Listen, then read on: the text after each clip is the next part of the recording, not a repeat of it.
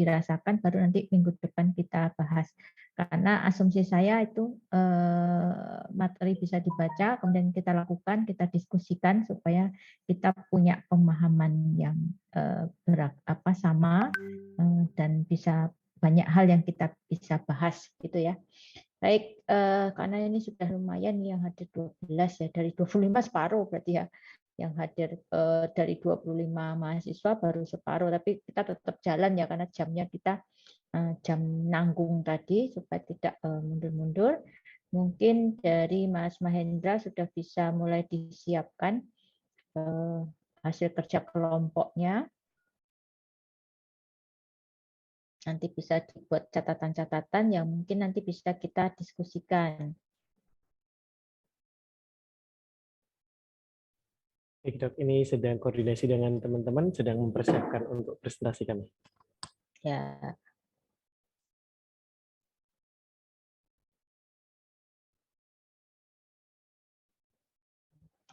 Ada kendala internetnya, Mas Afid sepertinya. Ada kendala.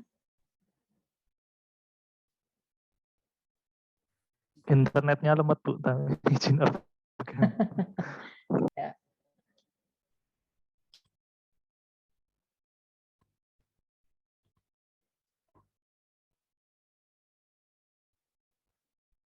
Ada yang bantu share atau gimana? Baik, apakah boleh saya mulai, Dok? Saya share screen? Bisa, ya. Baik. Saya rasa sudah mulai banyak yang bergabung.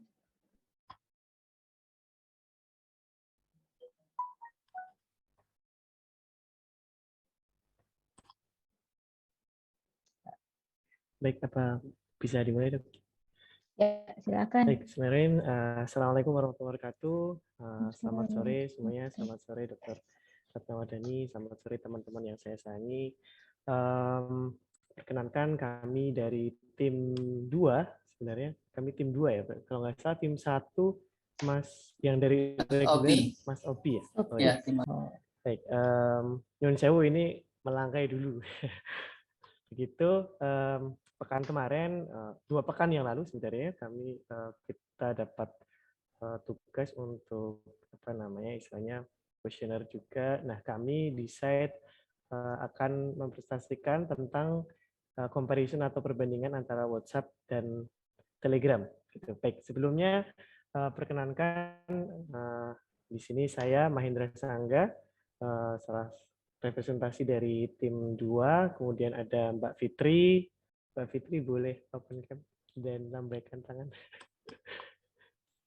Baik, kemudian Mas Bagus Cahyadi. Mas Bagus. Halo, maaf baru datang. Oke, siap. Apa Mbak? Yang penting maksudnya saling backup. Kemudian ada Mas Toton Yolanda dan Mas Afid Butomo yang baru saja terkendala internetnya agak lambat, jadi mohon maaf tidak bisa open cam. Begitu. Baik. Selanjutnya ini adalah overview dari kelompok kami dalam menggunakan sebuah produk pengguna semakin menginginkan pengalaman yang berharga, mudah digunakan atau easiness, menyenangkan secara estetika, dan memuaskan secara emosional. Nah, di sini ya kami ambil dari term reference yang didapatkan dari tugas 2 pekan yang lalu. Kemudian di sini adalah 4 aspek utama gitu ya teman-teman, di mana ketika ditugaskan itu kami juga istilahnya baca-baca literatur, oh ternyata ini mengarahnya ke teori berdasarkan dari Frank Wu. Gitu. Kalau nggak salah kemarin sempat baca yang part 1 di uxmatter.com, itu Frank Wu, it's not just functionality, dan menyebutkan 4 hal utama ini. Ada usability, adaptability, atau adopsi gitu ya maksudnya. Valuability atau valuable, kemudian desirability atau istilahnya kayak keinginan untuk memiliki gitu ya istilahnya. Gampangannya gitu. Baik, selanjutnya itu nanti kami akan membahas satu persatu ini berbandingan fokusnya adalah tentang WhatsApp dan Telegram yang text messaging app yang mungkin sudah paling banyak digunakan di dunia. Gitu. Kalau nggak salah ini dari Jan Koum, kalau nggak salah beliau dari daerah Ukraine atau Rusia sana, dekat Rusia. Kemudian dari Rusia sendiri yaitu Pavel Durov, penciptanya dari Telegram. Jadi kebetulan sama-sama orang Rusia, gitu. Awalnya, ya walaupun Jan Koum sekarang di US. Nah, sama-sama mengutamakan encryption, tapi di situ tidak bahas ke sana, tapi kita bahas fokusnya ke UXD atau User Experience Design, begitu. Nah, tentang overview timeline, ini adalah timeline kami. Oh, mohon maaf, ini kurang jelas. Mungkin bisa saya tampilkan di sini. Nah, jadi sejak tanggal 10 itu adalah project assigned-nya. Kemudian di sini adalah kami malam itu langsung meeting coordination, besoknya lanjut lagi 2 hari. Kemudian di situ kami langsung juga untuk object voting-nya. Waktu itu kami ada Zoom dan Gmeet, kemudian sempat juga Siri dan Google Assistant. Itu 3 besarnya, dan yang nomor 1 WhatsApp dan Telegram. Karena kami yakin, oke, WhatsApp dan Telegram kita angkat. Begitu. Kemudian di sini kami langsung merumuskan kuesioner, mencari dari 4 hal itu, dari usability, adaptability, valuability, dan desirability itu, kuesionernya dari mana nih? Gitu. Cari standar-standarnya, baca beberapa jurnal, beberapa tesis dan skripsi. Kami tidak menemukan yang utuh, gitu, tapi kami istilahnya comot-mencomot, walaupun itu sesuai dengan ada standarnya. Seperti di usability itu, kami pakai use questionnaire dari Arnold M. Lund, itu kami ambil di bagian yang usefulness, begitu, karena itu inti utama dari usability. Kemudian yang lainnya kebanyakan dari Frank Guo, itu ada yang kami hilangkan memang karena apa istilahnya redundant ya, agak mirip-mirip sekali gitu. Jadi untuk memudahkan teman-teman kita dan saudara-saudara yang jadi responden, kami mudahkan ke arah sana gitu. Jadi itu. Dan sebelumnya juga di sini setelah itu kami questionnaire finalizing, butuh beberapa waktu memang karena kami belum pernah melakukan hal ini. Kemudian di tanggal 15 hari Selasa dan tanggal 16 itu kami questionnaire distributing, kami sebar angket questionnaire dengan Google Form, di mana dari link itu kami sebelumnya rembukan harus yang sudah menggunakan WhatsApp dan Telegram in regular basis. Jadi kalau misalkan ada saudara saya tanyakan dulu, pakai WhatsApp sama Telegram nggak dalam sehari-hari? Cuman WhatsApp aja. Oke, berarti nggak dikasih. Gitu. Karena kalau nggak kayak gitu kan nggak tahu ya, maksudnya kalau cuma satu sisi, jadi kurang adil. Jadi kami rasa itu akan mengurangi kevalitan. Gitu. Nah, setelah itu memang idealnya ada semacam mekanisme yang harus dilakukan gitu ya, harus buka ini, harus itu, harus dari awal mungkin dari sampai akhir. Cuman karena kemarin kami mikirnya kayaknya waktunya nggak cukup 1 pekan, itu pun sebenarnya nggak 1 pekan full gitu ya. Jadi oke, fokus dapat data dulu. Akhirnya udah itu kriterianya cuma 1 itu. Setelah itu 2 hari kami mengumpulkan. Kemudian di hari yang sama dan besoknya sudah mulai nyicil tentang kita mau ngarah mana nih, ngolahnya mau gimana, kemudian juga nanti presentasinya seperti apa gitu. Kalau dari kelompok kami ambil dari beberapa item, kami simpan, kemudian kami olah terutama kami fokusnya di aspek. Dari 4 aspek itu, kemudian kami sempat juga olah data statistiknya, jadi seperti UJT, H0, dan maksudnya nanti H0 diterima atau ditolak, sempat kayak gitu juga. Nanti mungkin di akhir-akhir akan kami tayangkan juga. Kemudian di hari terakhir itu dari pagi kami sudah wrapping up, ngumpulin semuanya, kemudian sore meet up sampai malam dan upload project. Ini adalah timeline atau current chart kami. Selanjutnya adalah tentang hasilnya. Jadi dari 2-3 hari itu kami mendapatkan total sebenarnya 50, cuman ketika hari itu di siang sore menjelang sore itu kami datanya 43. Jadi ini yang kami olah. Dari 43 itu terdiri dari 20 wanita, 28 pria. Di mana dari lingkup usia tersebut kami bagi 11 sampai 20 tahun, 21 sampai 30, 31 sampai 40, kemudian dari 41 50, walaupun distribusinya tidak sama besar gitu. Jadi kemarin memang lebih berat di usia kami ya, istilahnya 21-30 itu yang paling banyak seperti itu. Di sini adalah presentasinya. Ada paling banyak 77,8%. Begitu. Nah, selanjutnya mungkin saya sedikit ini adalah hasil dari aspeknya. Kemudian di situ juga ada presentasinya. Nah, dari sini mungkin bisa dilanjutkan oleh Mas Bagus ya. Bisa bantu saya, Mas? Ya, Mas.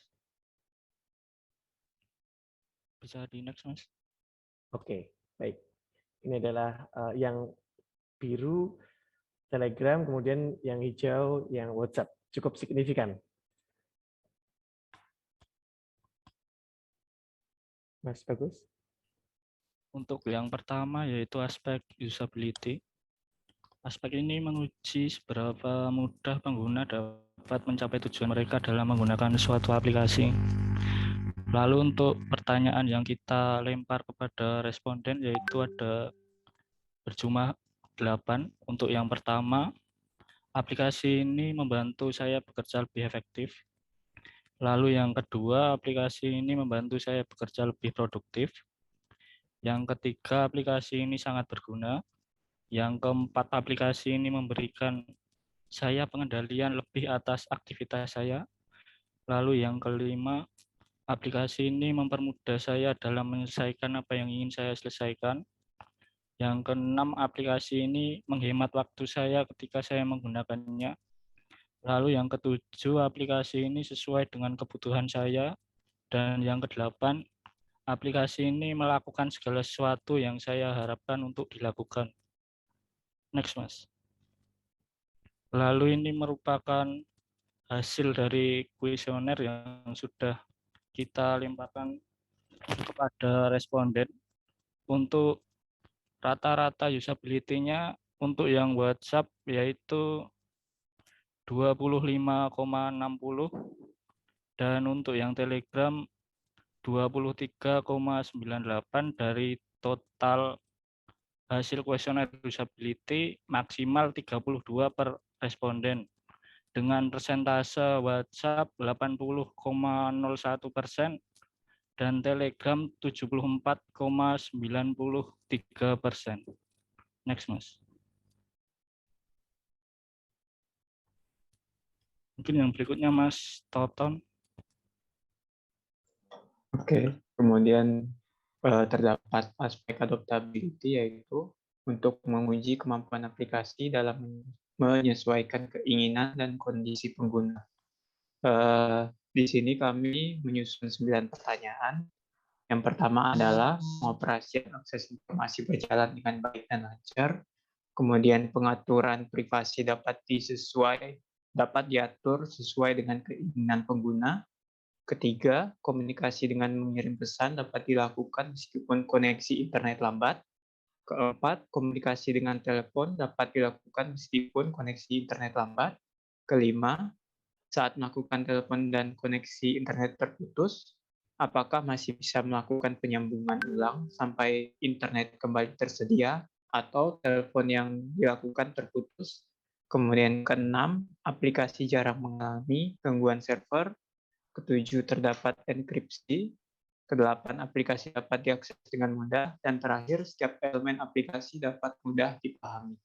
Oke, next.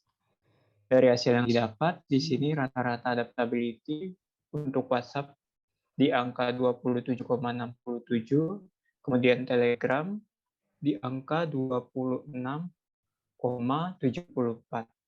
Kemudian untuk persentasenya 76,87 untuk WhatsApp dan 74,29% untuk Telegram. Oke, next. Kemudian aspek valuable, kemudian terdapat aspek valuable yaitu suatu nilai atau manfaat yang diperoleh dari produk atau jasa yang digunakan. Di sini kita menyusun 5 pertanyaan. Yang pertama, pengguna dapat terhubung dengan orang lain secara mudah. Kemudian aplikasi tersebut dapat melakukan komunikasi dengan lancar. Kemudian aplikasi tersebut memiliki fitur yang dibutuhkan oleh pengguna. Kemudian fitur yang tersedia pada aplikasi tersebut dapat berjalan dengan baik. Dan terakhir, pengguna dapat dengan mudah mengatur fitur pada aplikasi tersebut menggunakan fitur. Next. Kemudian rata-rata valuable-nya, WhatsApp memperoleh 16,49 dan Telegram 15,44. Sedangkan persentasenya WhatsApp memperoleh 82,44% dan Telegram 77,21%. Oke, next. Mungkin bisa dilanjutkan oleh Mbak Putri.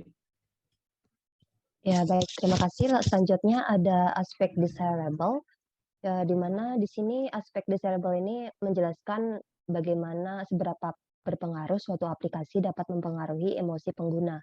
Jadi, kuesionernya antara lain yang pertama, bagaimana konten aplikasi disajikan dengan jelas. Kedua, grafis yang digunakan pada aplikasi sudah cukup baik. Ketiga, desain, simbol, icon, dan label relevan. Keempat, logo aplikasi memiliki ciri khas dibandingkan aplikasi sejenisnya. Yang kelima, kostumisasi tema aplikasi membuat saya tidak merasa bosan menggunakannya. Nomor 6, saya merasa nyaman dengan kelancaran komunikasi secara langsung seperti video call dan voice call pada aplikasi ini. Yang terakhir, saya merasa senang karena dimudahkan dalam menggunakan fitur-fitur berbagi file. Selanjutnya, ada hasil dari kuesioner yang kita dapatkan. Rata-rata disability di sini WhatsApp-nya 22,51% dan untuk Telegram 21,58%. Presentasi disability-nya untuk WhatsApp 80,40% dan Telegram disability-nya 77,08%. Dari hasil total maksimal 28 per responden. Baik, selanjutnya. Ya, mungkin bisa dijelaskan oleh Mas Mahendra. Terima kasih. Baik, mohon maaf tadi kami lupa menjelaskan. Jadi kami pakai skala Likert 1 sampai 4. Kenapa enggak 1 sampai 5 atau 1 sampai 7? Kalau 1 sampai 7 kan itu ada di Arnold M. Lund gitu, yang di use questionnaire yang udah sangat terkenal. Tapi sekali lagi mempermudahkan di situ ada 1 sangat tidak setuju dan seterusnya gitu. Dan kita eliminasi tengah-tengah karena biar tidak netral gitu. Jadi biar lebih mudah untuk tahu arahnya kemana. Gitu. Baik, kami lanjutkan. Jadi ini adalah, mohon maaf, ini lupa untuk labelnya. Untuk hasil berdasarkan usia di sini semua memang preferable-nya ke WhatsApp, ke arah hijau. Tapi di sini bisa teman-teman perhatikan juga di sini untuk usia 31 dan 40 itu tidak terlalu signifikan. Jadi lebih switchable gitu. Jadi antara WhatsApp atau ini kelihatan seperti itu. Dan terutama untuk yang harusnya 41 sampai 50 ini sayangnya memang cuma 1 responden. Tapi kalau dilihat juga di usia yang 11 sampai 20 itu cukup kelihatan apa istilahnya kayak lebih banyak yang nggak suka yang ribet gitu. Jadi kami menginterpretasikannya seperti itu. Kemudian di sini untuk hasil statistikanya yang kami lakukan di Excel mungkin bisa dilanjutkan sama Mas Hafid. Mas Hafid, sakit? Insya Allah. Yes. Baik, kami teruskan. Backup. Selanjutnya terkait hasil pengujian T-test, kami kemarin berpikir benar nggak ini membuktikan bahwa ada perbedaan signifikan nggak antara WA dengan Telegram. Nah, untuk itu makanya kita menggunakan uji T-test dengan bantuan aplikasi Microsoft Excel di pengolahan data dengan teknik two sample assuming equal variance. Yang pertama untuk aspek adaptability, kami sertakan screenshot hasilnya. Dapat kita lihat bahwa di T-stat itu bernilai 1,04 dan T-critical one-tail 1,66. Kemudian dari kelompok kami mencoba membuat hipotesis H0 bahwa untuk H0 kualitas aspek adaptability aplikasi WhatsApp lebih tinggi daripada aplikasi Telegram. Kemudian untuk H1 kualitas aspek adaptability aplikasi WhatsApp lebih rendah daripada aplikasi Telegram. Karena T hitung itu lebih kecil daripada T tabel, maka H0 diterima. Dengan demikian kelompok kami menyimpulkan untuk aspek adaptability aplikasi WhatsApp lebih tinggi daripada aplikasi Telegram. Kemudian next, Mas Hendra. Kemudian selanjutnya untuk aspek valuable, kami sertakan juga hasil screenshot-nya. Kelompok kami menyimpulkan ada dua hipotesis. Untuk H0, valuable aplikasi WhatsApp lebih rendah, kemudian H1-nya WA-nya lebih tinggi. Sama seperti yang dari aspek awal tadi, bahwa karena T hitungnya lebih besar dari T tabel, itu dapat disimpulkan bahwa H0-nya ditolak. Karena H0 ditolak, yang diterima H1. Dari H1 dapat kita simpulkan bahwa aplikasi WhatsApp lebih tinggi nilai kualitas aspek valuable-nya daripada aplikasi Telegram. Next, Mas. Untuk yang ketiga, aspek desirable, kami sertakan juga hasil screenshot-nya. Dapat dilihat dari hasil screenshot-nya bahwa T hitung itu lebih kecil daripada T tabel, sehingga H0-nya diterima. Untuk kelompok kami, untuk H0-nya adalah kualitas aspek desirable aplikasi WhatsApp lebih tinggi daripada aplikasi Telegram. Next, Mas. Yang terakhir itu aspek usability. Untuk hipotesis kelompok kami ada untuk H0-nya itu kualitas usability aplikasi WhatsApp lebih rendah daripada Telegram. Kemudian untuk H1-nya usability aplikasi WhatsApp lebih tinggi. Karena T hitung lebih tinggi daripada T tabel, maka H0 ditolak. Sehingga yang disimpulkan oleh kelompok kami, aspek usability aplikasi WhatsApp lebih tinggi daripada aplikasi Telegram. Mungkin untuk uji T, sekian. Selanjutnya kami kembalikan ke Mas Hendra.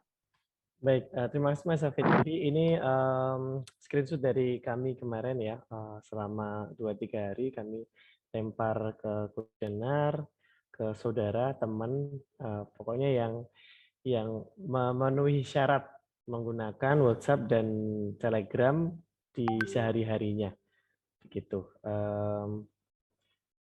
Kemudian ini akhir dari presentasi kami. Mohon maaf, mungkin kami tidak menampilkan per item-item ya, karena hampir 30 soal, jadi saya kira itu terlalu lama kalau misalkan nanti ada kelompok lain yang mau presentasi juga.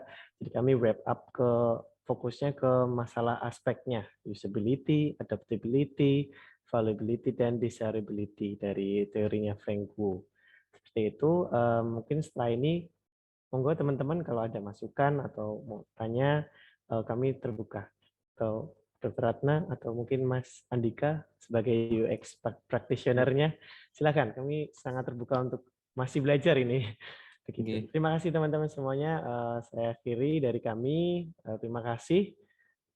Mohon masukannya. Wassalamualaikum warahmatullahi wabarakatuh.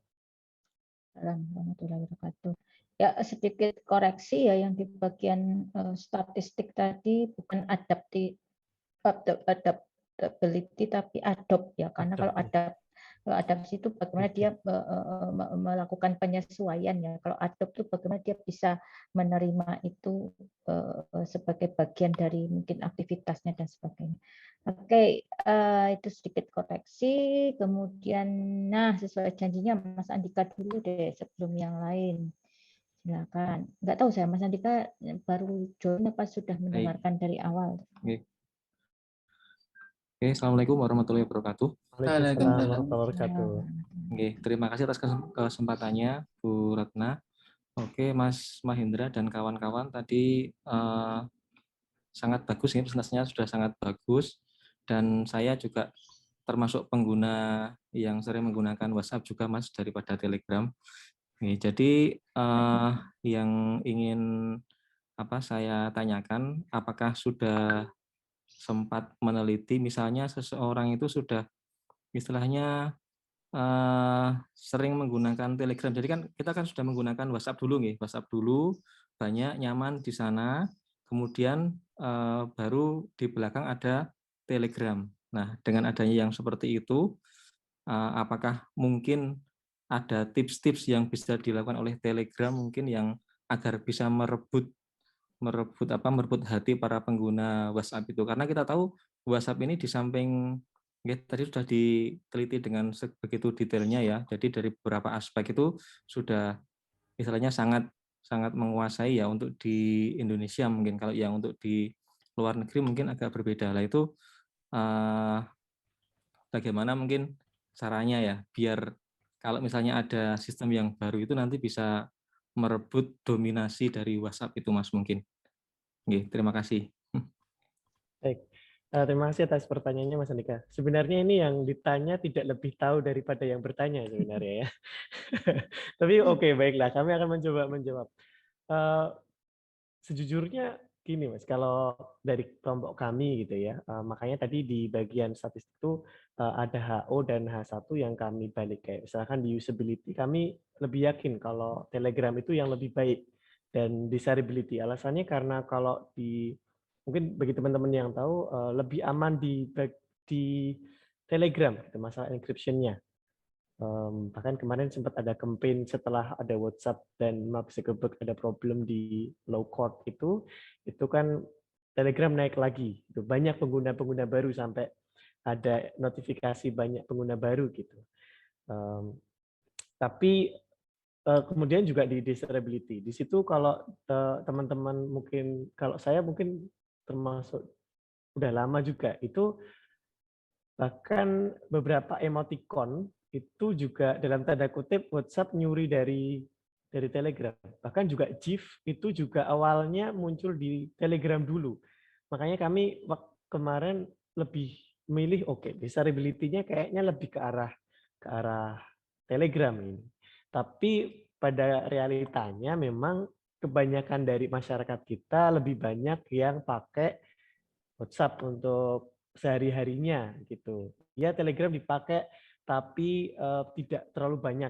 Kalau saya sempat tanya-tanya juga ke teman-teman yang mengisi kuesioner, kebanyakan untuk cari job vakansi, untuk cari lowongan pekerjaan. Kemudian untuk grup-grup yang channel-channel yang diikutin, mungkin yang lebih dari 300-250 lebih orang gitu. Selain itu kebanyakan pakainya WhatsApp, bahkan untuk hal-hal pekerjaan gitu. Bahkan kita juga di grup-grup mahasiswa kan juga kebanyakan pakai WhatsApp. Kalau untuk gimana nanti Telegram untuk ke arah sana, saya kira mungkin itu butuh waktu yang cukup lama gitu ya. Saya tidak tahu apakah itu nanti istilahnya, kalau dulu kan Line itu walaupun sekarang beberapa masih bertahan gitu. Siapa tahu nanti ada text messaging app yang baru. Kayak kemarin Sinyal pun sempat naik juga setelah siapa itu yang hacker dari Amerika yang pindah ke US, kalau saya namanya siapa saya lupa. Itu kalau WhatsApp bahkan Telegram tidak seaman yang dibilang, karena Telegram juga sempat istilahnya dalam tanda kutip mau menjual datanya gitu. Dan walaupun isinya enggak, tapi nyatanya enggak mengalahkan WhatsApp gitu, dominasi WhatsApp, di mana penggunanya bilionan ya, atau miliaran, udah miliaran. Jadi terus terang kalau saya sendiri saya nggak tahu apakah nanti bisa mengalahkan itu gitu. WhatsApp. Mungkin ada tanggapan dari teman-teman yang lain, Mas Toton mungkin atau Mas Bagus? Saya tak nyambung dulu ya sebentar. Jadi pertanyaan Mas Andika itu mungkin jadi satu bagian yang penting, di mana tadi itu di kuesioner itu belum ditanyakan berapa lama menggunakan WhatsApp, berapa lama menggunakan Telegram gitu loh. Karena pengaruh gini, ini kan kebetulan kita ambil data tuh di Indonesia ya. Maksudnya di Indonesia itu ada budaya, ada karakter gitu ya. Contoh gini, kadang orang tidak berpikir seberapa aman dia, tapi dia berpikir, itu tadi ya di cerebral tadi ya, seberapa banyak yang menggunakan gitu loh. Gitu. Itu juga berpengaruh loh di user experience itu, karena kadang-kadang orang tidak melihat, dia nggak terlalu peduli dengan keamanan misalnya, karena dia melihat lingkungannya lebih banyak menggunakan WhatsApp gitu. Nah, sehingga hasil itu menjadi agak itu tadi ya, karena rata-rata di kita itu tipikal orangnya itu susah berpindah ke lain hati gitu ya. Jadi kalau sudah pakai itu terus udah terutama tadi terlihat misalnya di rentang usia katakanlah yang di atas 31 sampai 40 atau 41 sampai 50 misalnya. Nah, mereka sudah nggak mau repot. Mereka kalau sudah punya kebiasaan menggunakan itu, mereka nggak mau beralih gitu loh. Itu bisa menjadi kesimpulan-kesimpulan. Jadi maksud saya, ketika kita mengamati tentang user experience, kita bisa mengambil banyak hal. Contoh tadi budaya, lingkungan, dan sebagainya itu bisa kita masukkan sebagai bahan untuk diskusi gitu ya. Maksudnya diskusi itu penjelasan di tugas yang saya berikan gitu ya. Karena kan tugas yang saya berikan itu tidak bermaksud hanya menampilkan angka, tetapi Anda bisa menggali kenapa seperti itu. Jadi kayak tadi, berapa lama dia menggunakan WhatsApp, berapa lama dia menggunakan Telegram, tuh satu itu yang penting, sehingga nanti kita bisa menggali lebih dalam. Dan itu peluang-peluang kita di dalam user experience itu memang tujuan kita adalah menggali ya. Kita tahu hasilnya, tapi kita harus gali kenapa seperti itu misalnya. Ya, karena nanti bisa jadi itu jadi masukan, ke budaya orang Asia itu kayak gini loh.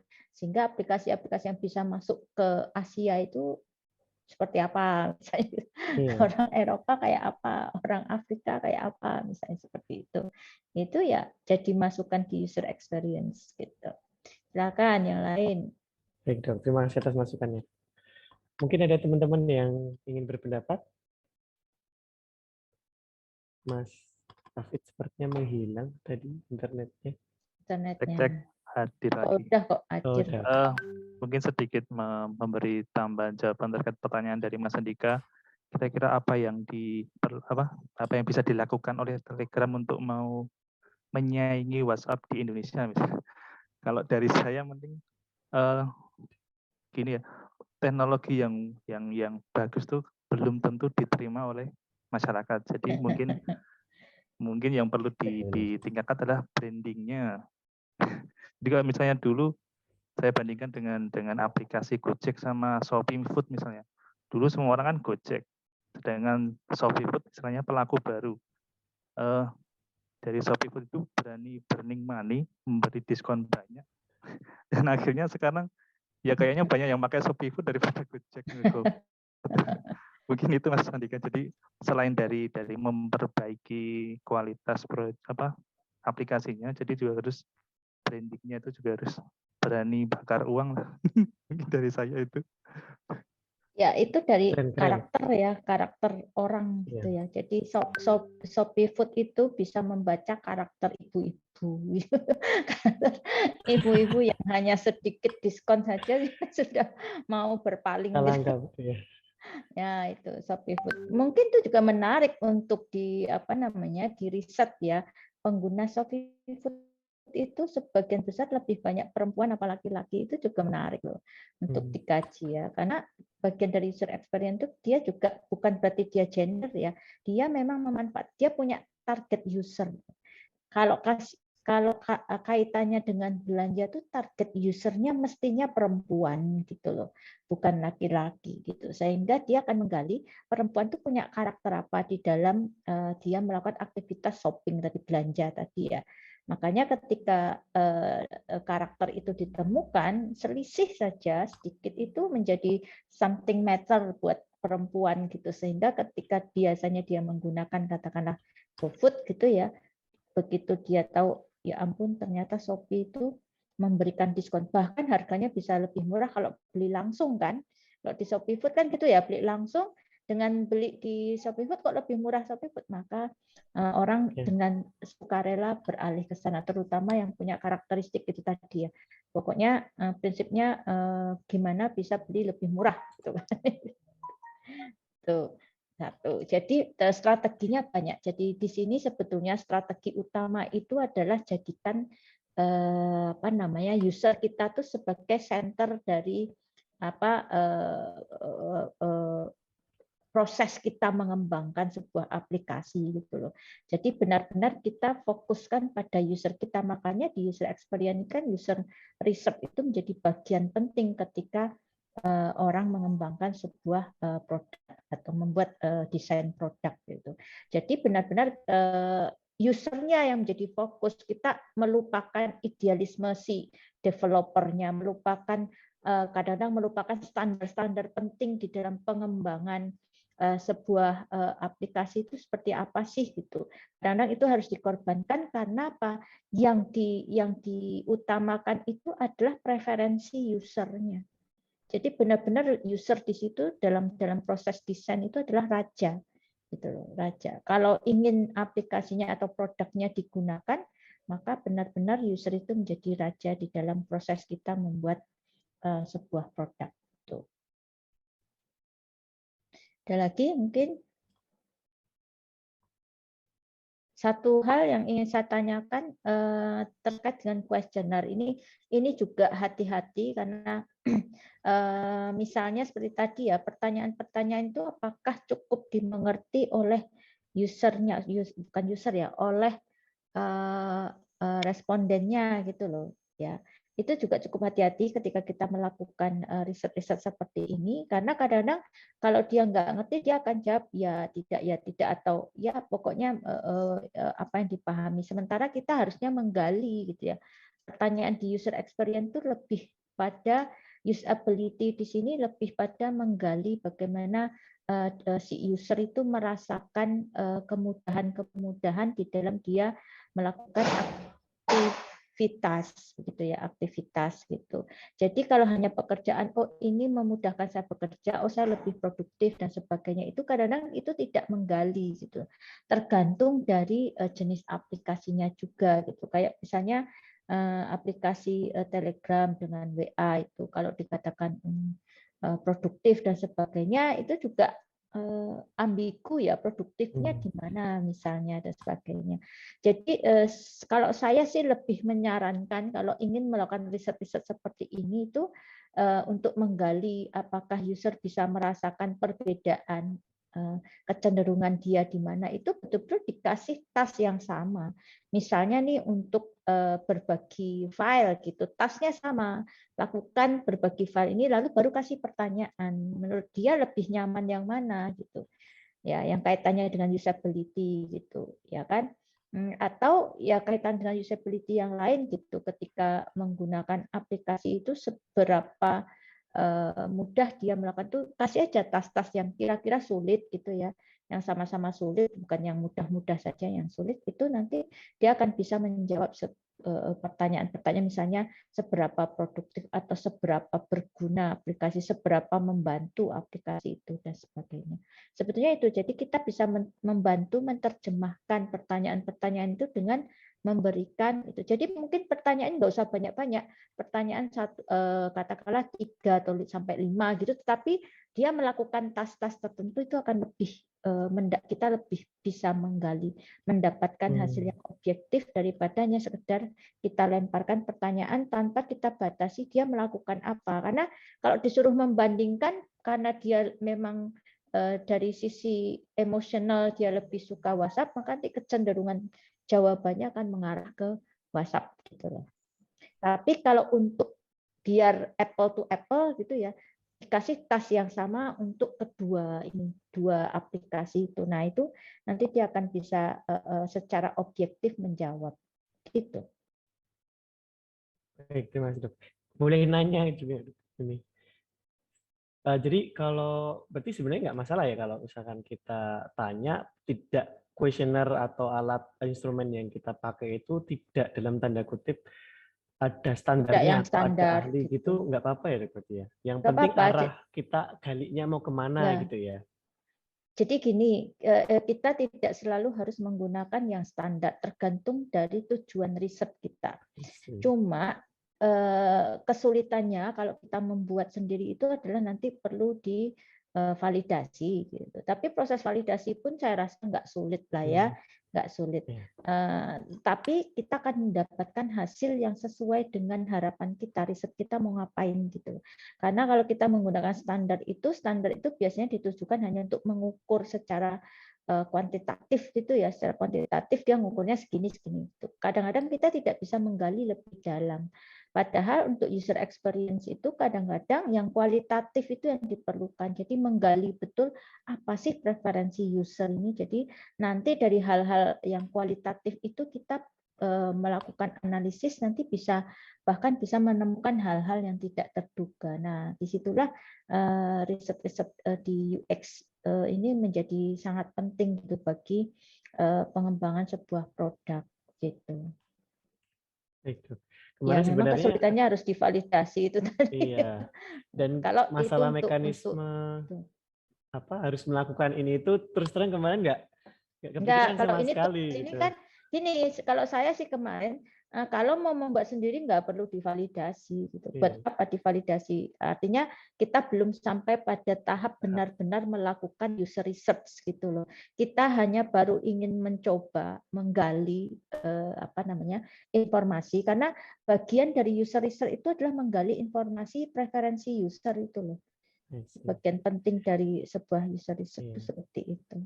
Jadi tanpa harus kita validasi nggak apa-apa kan, ini untuk sebenarnya semacam preliminary lah, awal kita ingin nanti dari dasar yang kita dapat tuh baru kita mengembangkan kuesioner yang lebih baik, baru divalidasi gitu loh.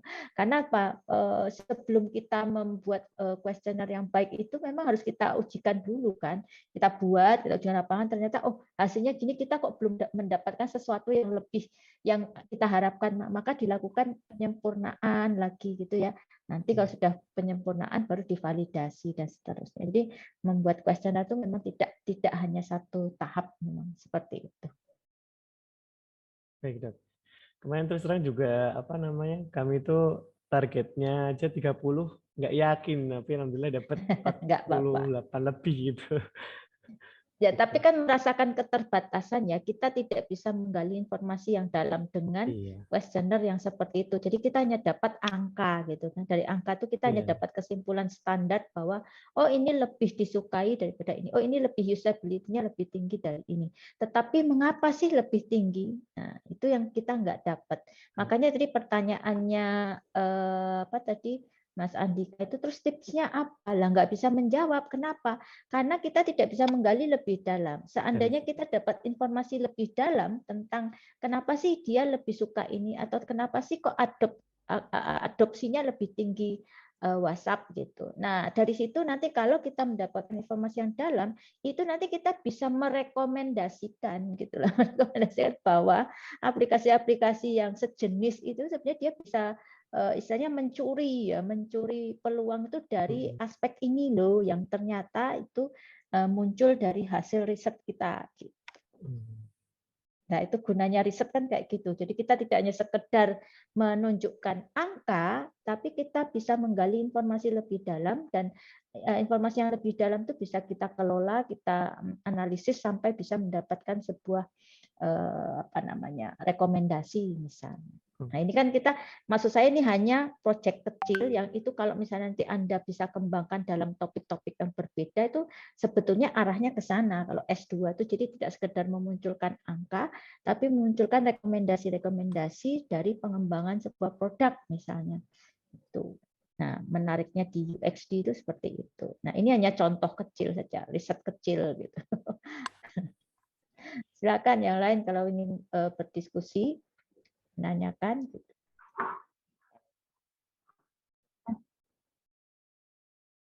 Ya,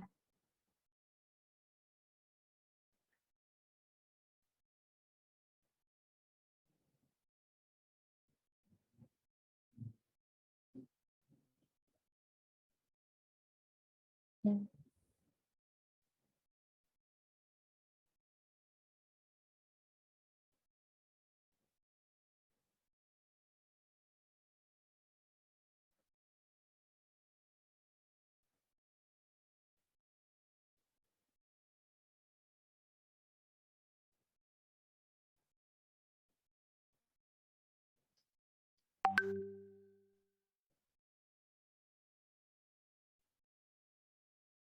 ya,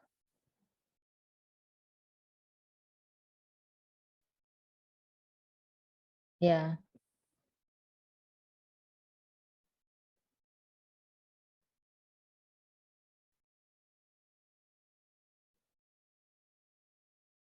ya.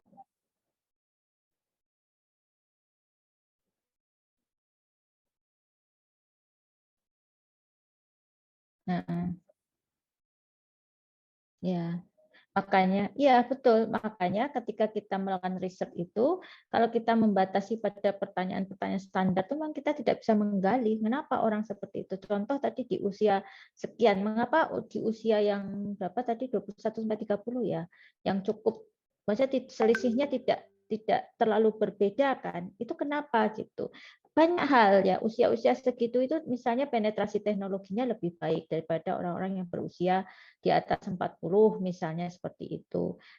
Itu enggak tergali dari banyak pertanyaan seperti itu. Berbeda dengan kalau kita buatkan skenario-skenario untuk menggali informasi tadi ya, dibuatkan sama-sama melakukan tas yang sama, kemudian mungkin kita berikan pertanyaan terbuka dengan memberikan komentar dan sebagainya itu, nanti dari hal-hal seperti itu kita kan bisa menggali kenapa orang kok dengan fitur yang sederhana, karena gini ya, fitur yang lengkap itu tidak menjamin orang menggunakannya. Contoh di usia yang mungkin 50 ke atas atau 40 ke atas tadi itu dia tidak memerlukan fitur yang kompleks gitu ya, karena mungkin pekerjaannya dia tidak membutuhkan hal-hal yang seperti itu. Berbeda dengan yang di usia tadi 21 sampai 30 itu pekerjaannya membutuhkan tools-tools yang membantu dia untuk produktif. Nah, itu juga menjadi faktor yang bisa kita teliti gitu ya. Oh, dia nggak perlu yang channel-channel yang membantu dia. Karena apa? Oh, udah males mau belajar ini. Beda sama anak-anak muda, gimana caranya dapat sumber informasi yang banyak. Jadi channel-channel yang ada di dalam Telegram itu sangat membantu. Atau bahkan ketika Skyhub di stop, nah ini kalau yang biasa nulis, biasa cari paper nih, Skyhub di stop itu kan juga akhirnya si pengembang Skyhub itu kayak, karena memang Telegram itu dibuat oleh orang Rusia juga, akhirnya kan dia bikin semacam bot di Telegram. Kan? Jadi itu sangat mudah, kita tinggal masukkan DOI-nya, tahu-tahu dia kasih thread lah, tinggal di-download ininya, papernya gitu ya. Agak nyolong sih, tapi kadang-kadang melawan kapitalisme itu kan semangatnya Skyhub itu kan melawan kapitalisme Amerika itu ya, sudah nulis-nulis sendiri, habis itu papernya juga harus dibeli sendiri gitu kan, kita yang nulis capek-capek kita, terus dia mempublikasikan kita bayar, habis itu harus kalau pengen ininya juga harus beli dan seterusnya. Nah, itu. Jadi fitur-fitur itu mungkin tidak terlalu dibutuhkan oleh orang-orang dengan usia tertentu gitu, misalnya seperti itu. Kalau mau detail nanti khususkan saja misalnya skop yang sama usia sekian sampai sekian, kita bisa menggali lebih detail itu tadi. Mungkin kita terkait tadi menarik ya Pak fitur tadi belum tentu yang apa. Kalau saya itu mengasosiasikan mungkin antara Google dengan Yahoo ya waktu dulu yang Iya. mungkin beda pemikiran. Artinya kalau Google itu sesingkat mungkin di Google dia keluar ya. Tapi kalau Yahoo kan kebalikannya, mungkin selama mungkin ada di Yahoo. Nah, dengan banyaknya fitur yang ada di Yahoo itu mungkin malah orang itu malah kesulitan, jadinya malah iya mungkin malah banyak yang ngakses Google karena kemudian tadi yang sekedar mencari langsung bisa ketemu, mungkin walaupun nggak lama-lama di search engine-nya, mungkin gitu. Iya. Atau kesederhanaan di dalam tampilan bisa juga ya, kesederhanaan di dalam fitur. Jadi mungkin tampilannya sederhana tapi sebetulnya dia kuat di fiturnya, bisa jadi seperti itu. Orang kalau melihat sesuatu tapi langsung melihat rumit, kira-kira gimana tanggapannya? Emosional sebentar saya. Jadi males kalau gitu. Jadi males aja. Ya, jadi males. Ya, karena memang orang kadang-kadang melihat sesuatu itu dari sesuatu yang simpel dulu, masalah nanti kompleks itu masalah terakhir begitu ya. Tapi begitu lihat rumit gitu langsung ada nggak yang lebih mudah ya gitu. Nah, itu sesuatu yang wajar ya, humanis gitu. Bahwa orang nggak mau melihat sesuatu itu dari yang kompleks dulu. Dia lihat dari sesuatu yang mudah. Itu sebabnya manusia itu secara naluri, kalau dia punya problem yang kompleks, dia akan pecah-pecah menjadi problem-problem kecil yang lebih sederhana, baru dia selesaikan. Nah, cara berpikir seperti itu juga berpengaruh ketika dia menggunakan sebuah produk atau aplikasi atau apapun itu. Sama dengan keindahan gitu ya, tampilan gitu.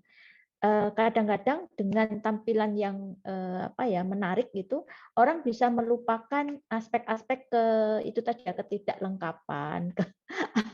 Jadi itu bisa terjadi ya di user experience ya.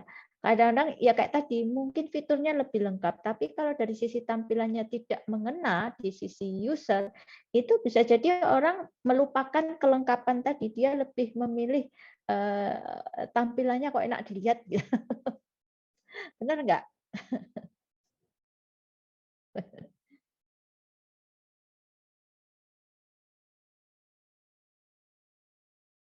Ya, aman. Ya. Nah, lebih aman. Ya.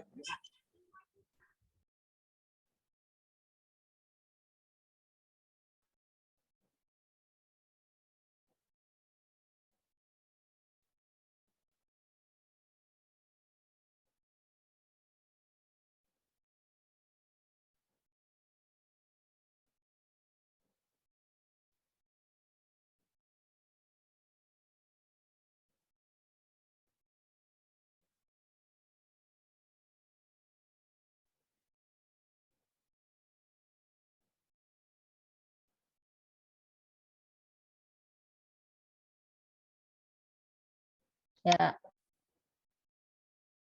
Ya. Tuh.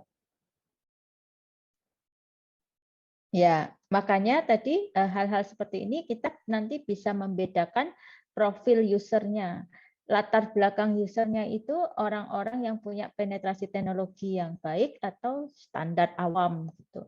Itu juga nanti bisa membedakan hasil kok. Jadi misalnya kita ambil orang-orang yang punya latar belakang teknologi yang baik, itu nanti dia akan detail, memikirkan itu akan detail sampai pada itu tadi ya fitur-fitur. Tapi bagi orang awam dia memiliki penilaian berbeda. Nah, itu artinya kita masih bisa memperluas riset kita itu dengan membedakan kelompok kategori orang tadi. Yang punya latar belakang teknologi baik dengan yang awam gitu loh. Kalau yang awam sih dia nggak peduli mau ada fitur ini, fitur itu. Kadang-kadang dia nggak memperhatikan gitu ya. Tapi kalau orang-orang IT selalu cari cerah gitu ya, cari celah. Ini biar aman itu enaknya ya, Nek. Kira-kira nggak ketahuan istrinya ya pakai Telegram gitu. pakai chat, pakai WA, wah cukup mudah Ya, didetek gitu. Ya toh. Oh, ini dia ngobrol sama siapa. Kalau pakai Telegram nggak bisa di tracer, itu nek sama-sama istrinya orang IT, bukan orang IT nggak apa-apa pakai WA gitu ya. Akal-akalannya orang IT kan banyak ya mencari ya enggak, ini guyon aja. Tapi banyak yang menggunakan, yang memanfaatkan. Oke, ada lagi yang lain. Itu termasuk user experience loh itu. Saya Bu. Ya, Risman, silakan Mas Risman. Oh ya, Mas Risman. Halo. Ya. Mas Muta Kaliman. Kaliman. Oh ya, silakan. Di user experience ini pengaruh nggak Bu dengan kerjasama dengan perusahaan-perusahaan teknologi? Umpamanya kan di WA itu kan sama, kenapa menguasai kan awal-awalnya kan setiap HP baru dia sudah aplikasinya sudah ada gitu, sudah nongol langsung, otomatis orang akan lebih cepat menggunakan itu Bu. Seperti itu kan mungkin berarti kan harus ada kerjasama dalam hal teknologi dengan pengembang informasi teknologi seperti itu Bu. Ya, itu termasuk strategi supaya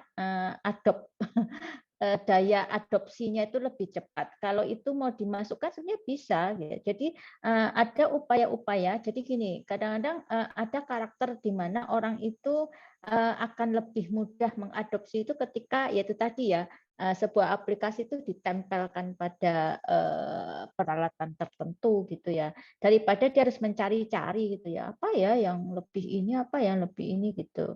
Itu bisa saja kita masukkan sebagai aspek dari user experience ya, karena itu ada itu sebabnya perusahaan-perusahaan yang membuat aplikasi itu dia juga harus punya strategi bagaimana produknya itu lebih mudah dikenal oleh orang lain dulu, karena sebelum bisa ke aspek usability tadi itu harus ada upaya agar orang mau mencoba dulu gitu loh, mencoba aplikasinya. Bahkan kadang-kadang ya kayak model flexing itu ya, dicari-cari sesuatu yang entah itu positif entah negatif, itu yang membuat orang punya perhatian ke objeknya itu, terus nanti viral, penasaran, nah dia ingin mencoba. Bisa strategi flexing itu juga bisa digunakan untuk tadi ya, arahnya ke adaptability itu tadi. Bisa jadi seperti itu gitu ya. Tidak menutup kemungkinan. Karena aspeknya cukup luas gitu. Ada lagi atau mau ditambah satu, mungkin ada yang agak berbeda, mungkin risetnya ada yang mau presentasi lagi. Jadi kalau kita bicara tentang tadi aspek-aspek tadi, nanti kita juga akan tahu begitu prinsip-prinsip dari UX design itu kita pahami ya, karena prinsip user experience design itu mungkin di pertemuan berapa ya, di Bismart ya, 3 ya. Itu kan ngomong prinsip-prinsip. Nah, nanti kita bisa kaitkan prinsip, mengapa prinsip itu muncul gitu, karena memang ada aspek-aspek dari user experience ini yang harus dijadikan dasar dalam orang mengembangkan sebuah produk gitu.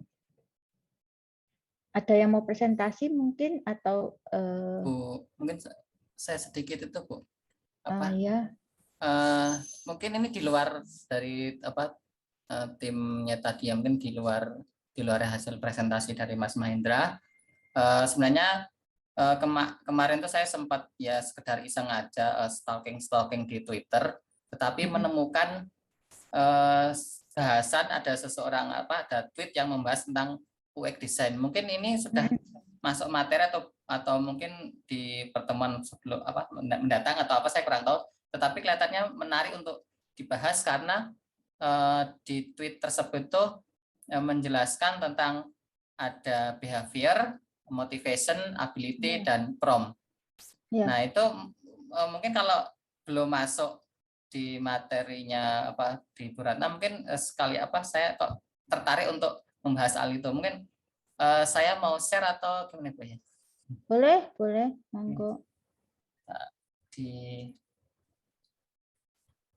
Nah itu. Jadi kemarin kan saya di tim saya kan sebenarnya membahas terkait all shop ya, yaitu Shopee dan Tokopedia. Nah, sebenarnya ini baru kemarin saya sebenarnya soalnya stalking di waktu luang saja di Twitter kok menemukan tweet ini. Jadi sebenarnya saya menarik untuk dibahasnya, ini kan karena belum masuk di materi. Nah, di sini nih introduction aja saya. Dia jualan di Shopee, kemudian ada beberapa user psikologi yang dari hasil pengalamannya. Yang pertama, share saya jelas ya, kelihatan nggih? Ya, kelihatan. Nah, di pertama yaitu user itu rata-rata pengetahuan tentang literasinya masih rendah. Jadi bagaimana banyaknya deskripsi pun kadang tidak dibaca oleh user. Sampai akhirnya bahkan sampai di gambarnya sudah jelaskan pun size-nya dia tetap masih menanyakan. Seperti itu. Kemudian juga, nah ini yang user behavior terkait dengan harga. Di sini ini menarik ya. Kenapa dengan harga yang 1 juta itu, kalau tulis 1 juta itu masih sepi, tapi kalau hanya kita nulisnya 999.000 itu user jadi rame jualannya itu ya. Padahal hanya selisih 1.000 saja. Itu sebenarnya menarik untuk kita telusuri. Kemudian yang ketiga terkait tentang title. Nah ini kadang yang terbaca ini cuma 2 kata yang paling depan saja di sebuah title tentang jualannya itu. Nah, kemudian yang keempat tentang scarcity. Nah, ini mungkin terkait dengan strategi dia untuk kelangkaan ya, kayak mungkin minyak dan sebagainya seperti itu kasusnya. Nah, dari hasil observasi yang di atas ini muncul, nah ini yang mungkin saya juga menarik ini maksudnya seperti apa gitu ya, dengan ada bagan seperti ini, ada B sama dengan MAP. Nah, di B itu adalah behaviornya sama dengan ada, nah ini di titik bawah, behavior itu terbentuk harus ada motivation, ability, dan prompt. Nah, jadi dari behavior seorang user itu experience-nya bagaimana terbentuk dengan adanya ability, yaitu ada waktu dan uang, kemudian prompt ini semacam apa ya, di sini kita ngasih diskon dan sebagainya, highlight, kemudian yaitu mungkin itu ya, ini mungkin bisa dari teman-teman atau nanti Bu Rana terkait behavior ini masuk di materi user experience ya, dari terbentuk Pak. Mungkin ini saya belum menemukan ini apakah teorinya dia sendiri atau menemukan dari referensi dari jurnal-jurnal lain. Mungkin gitu Bu. Kalau ini yang biasanya ini baru ketemukan, jadi saya mungkin belum begitu menelusuri ini sumber referensinya sampai dari mana. Gitu Bu. Ya. Oke. Apa yang kita barusan lihat itu kan memang terkait dengan user experience ya, bahwa di dalam user experience itu nanti di user research itu juga belajar tentang psikologi psikologi dari user experience itu, karena kita tidak mungkin lepas dari itu ya. Kalau kita ingin mempelajari user itu otomatis berbagai aspek ya, dari budaya, dari tingkat pendidikan, sosial, termasuk dari psikologinya. Jadi kalau misalnya tadi, kalau standar, kalau kita punya aplikasi katakanlah untuk penjualan gitu ya, kan memang standar idealnya itu kita harus memberikan gambar yang menarik, kita harus memberikan deskripsi yang lengkap, kemudian kita harus memberikan highlight pada aspek-aspek entah itu harga, entah itu diskon, apapun itu ya, karena kan memang yang kita hadapi itu kita punya pangsa pasar ya, bahwa produknya apa, ini produknya untuk siapa, itu perlu dipertimbangkan gitu ya. Kalau tadi dinyatakan contoh kita sudah, dan itu banyak terjadi ya, sudah ada deskripsinya masih tanya misalnya. Karena memang tidak semua target pasar kita itu orang yang suka membaca. Gitu ya. Nanti kalau kita hilangkan deskripsi itu, bagi orang yang suka teliti membaca, pengen tahu ini apa sih, benar apa enggak sih, dan sebagainya, nanti juga nggak akan dilihat oleh, kadang-kadang malah orang-orang yang betul-betul apa ya, punya kemampuan beli itu, dia membutuhkan deskripsi. Tapi kadang-kadang orang yang setengah-setengah gitu ya, itu kadang dia melewatkan deskripsi ya, nanya dulu gini. Nah itu loh. Jadi memang nggak bisa kita samaratakan gitu ya. Tergantung produk kita. Contoh nih, kalau produk kita adalah produk-produk branding gitu ya, yang harganya mahal, itu kita tahu siapa pangsa pasar kita. Secara psikologi orang-orang yang suka barang-barang branding itu dia memperhatikan detail, benar enggak gitu. Barang ini asli apa enggak, maka dia akan mengamati deskripsinya gitu. Kalau enggak ada deskripsi, maka orang-orang yang potensial untuk membeli itu akan pergi gitu. Tapi untuk yang barang-barang mungkin kelas menengah gitu ya. Nah, itu memang bagian yang ditonjolkan bukan pada bagian deskripsi. Artinya deskripsinya ada, tetapi harus ada sesuatu yang membuat mereka tertarik dengan barang itu. Misal tadi ya promo, diskon. Kita kan nggak pernah tahu ya. Misal nih saya beli di GoFood nih.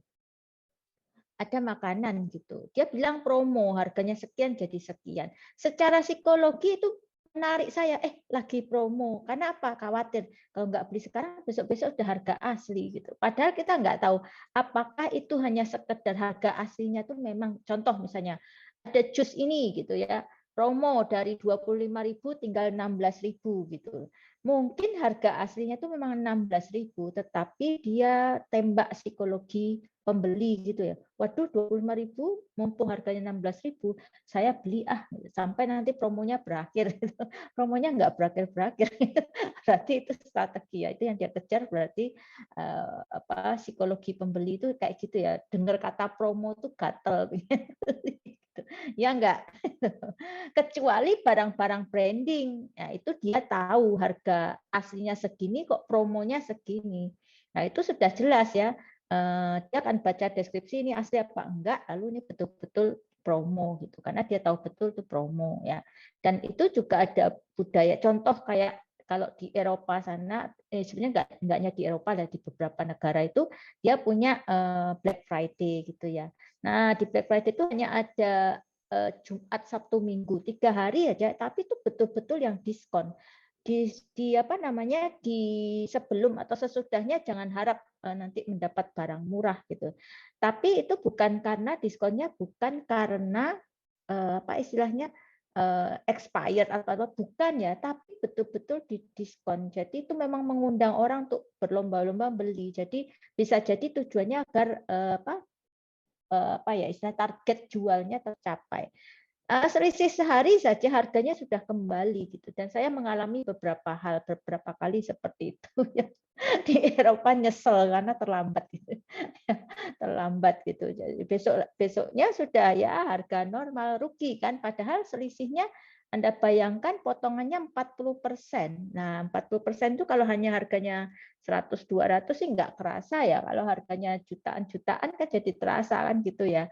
Nah, itu seperti itu. Jadi banyak hal, jadi psikologi di dalam konsep ini itu berpengaruh. Kalau dikatakan behavior, bisa sih behavior. Bukan bisa, memang behavior itu menjadi salah satu sentral di dalam melakukan user research ya. Tidak bisa dipungkiri behavior itu harus dipelajari. Maka dari itu kita bisa neliti behaviornya, nanti kita kelompokkan orang-orang dengan kategori ini nanti behaviornya seperti apa, orang-orang dengan kategori ini behaviornya seperti apa, itu akan beda kok gitu. Beda. Bisa jadi bagi sebagian orang deskripsi itu menjadi bagian penting, tapi bagi sebagian orang lain promo itu menjadi bagian penting. Jadi memang nggak bisa diprediksi. Maka nanti kalau ingin membuat produk itu harus jelas sasaran kita siapa, user kita siapa, produk kita menyasar siapa usernya gitu. Maka kalau sudah jelas seperti itu, kita bisa menentukan nanti apa yang akan kita tonjolkan pada produk yang kita buat itu. Gitu. Maka kalau ini dikatakan ada motivasi, iya, ada ability, iya. Kenapa ya tadi itu ya? Kalau kemampuan belinya rendah, itu dia kadang nggak memperhatikan itu tadi ya deskripsi. Dia lebih memperhatikan harga. Begitu dia lihat, oh harganya mahal, langsung dia berhenti gitu ya. Tapi bisa jadi motivasi tadi, misalnya ada diskon, promo dan sebagainya, ada kupon dan sebagainya, itu juga bisa meningkatkan gitu ya. Tapi kalau sudah nanti bicara tentang apa branding dan sebagainya, itu berbeda lagi ya. Jadi mungkin dalam arti kita melakukan user research itu kita akan menemukan banyak hal ya. Banyak hal kita akan bisa menemukan pola-pola tertentu. Jadi tidak bisa disamakan ya pola orang yang punya kemampuan, punya apa motivasi, punya apa itu akan berbeda dalam kelompok-kelompok tertentu begitu. Sehingga sebagai orang yang katakanlah kalau nanti Anda ingin membuat sebuah produk itu harus jelas dulu user. Jadi produk itu ditujukan kepada siapa, usernya siapa. Lalu kalau sudah tahu usernya, lakukan riset karakteristik user seperti ini seperti apa, behaviornya seperti apa. Di samping kita memperhatikan psikologi secara standar psikologi orang tuh ya ada common sense-nya lah gitu ya. Seperti itu. Jadi banyak hal yang memang perlu dipertimbangkan ketika kita mengembangkan sebuah produk. Kalau misalnya nih jualan itu kan istilahnya kita tinggal memakai fiturnya ya. Maka kita ya harus tahu produk kita targetnya siapa supaya bisa ramai, strategi yang harus dilaksanakan itu disesuaikan dengan target pasar kita. Gitu. Ya. Makanya ada riset ya, misalnya riset yang di bidang user experience itu ya. Jadi dia menangkap pola atau perilaku. Jadi dia ingin melakukan user riset, tapi dengan cara itu tadi ya, menangkap pola-pola perilaku orang-orang yang berkunjung ke itu tadi ya belanja online tadi ya. Berapa menit dia melihat itu nanti ditangkap sebanyak-banyaknya data diambil dari beberapa aplikasi belanja online gitu ya. Nah, nanti sampai bisa menentukan oh ini kalau tipenya ini perempuan usia sekian. Oh, ini laki-laki usia sekian. Terus bisa sampai menemukan kalau dia membuka aplikasi itu lebih dari sekian menit, itu kemungkinan kecenderungannya dia beli itu sekian persen. Tapi kalau hanya beberapa menit itu kecenderungannya dia hanya melihat-lihat, nggak akan beli. Nah, jadi dia bisa men-tracking pola-pola user gitu loh. Itu untuk apa ya? Itu tadi untuk menangkap yang dilihat apa, misalnya katakanlah sebuah produk lah, tas misalnya. Nanti itu bisa dilihat usernya lebih banyak siapa, laki-laki apa perempuan, usianya berapa lama dia melihat-lihat dan sebagainya itu. Nah, itu sudah ada yang mengembangkan seperti itu. Jadi nanti bisa menemukan pola perempuan usia sekian sampai sekian itu pola belanjanya gini, dia punya behavior seperti ini. Itu sampai bisa seperti itu. Kalau di riset-riset UX itu seperti itu. Oke? Mau menambah Ibu? Ya, monggo Mas Oki. Nah, jadi kalau bicara soal UXD itu kan dulu kami pernah diinkubasi sama Telkom ya Bu. Di situ kami ada UXD profesional gitu yang menilai websitenya kami, dan di sana itu kita dijelaskan juga. Memang rata-rata di Indonesia itu memang ini ya, daya bacanya itu cukup rendah, sehingga untuk jualan produk itu lebih disarankan ke satu page. Satu page itu misalkan mereka mengunjungi page yang page mana sih, halaman mana sih orang itu untuk mau belanja. Jadi di satu page itu mulai dari dia tahu deskripsi produk, terus kalau diklik sekali langsung ke pembayaran. Bahkan di Tokopedia itu kalau kita cek juga kan tombol-tombolnya itu lebih ke beli langsung kan, langsung langsung bayar, bukan yang masukkan ke keranjang. Nah itu untuk di Indonesia seperti itu. Tapi kalau kita melihat di Amazon, terus kita melihat di web-web luar negeri yang kayak Alibaba dan sebagainya, itu sangat jauh berbeda sekali dengan yang ada di Indonesia. Kemudian di Indonesia itu orang itu sukanya buka langsung ketemu apa yang dia cari gitu. Jadi kalau di luar negeri mereka suka jalan-jalan. Jadi jalan-jalan maksudnya kayak bouncingnya di web itu mungkin cukup rendah di luar negeri, tapi di Indonesia itu bouncing yang tinggi belum tentu mereka mereka nggak suka dengan produk kita, tapi mereka ya memang butuhnya itu gitu loh. Jadi bouncingnya nggak bisa kita katakan bouncing itu jadi KPI. Apakah produk kita itu bagus atau enggak gitu. Nah itu di Indonesia, jadi sangat unik sekali.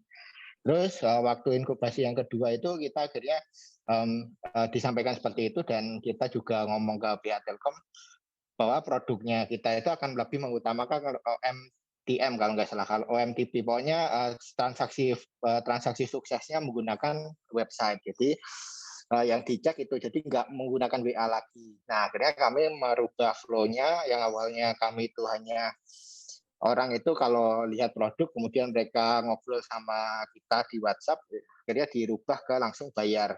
Tetapi kenyataannya itu 2019 akhir dan sampai sekarang itu transaksi yang paling tinggi itu tetap menggunakan WhatsApp gitu. Jadi itu juga nggak relevan juga.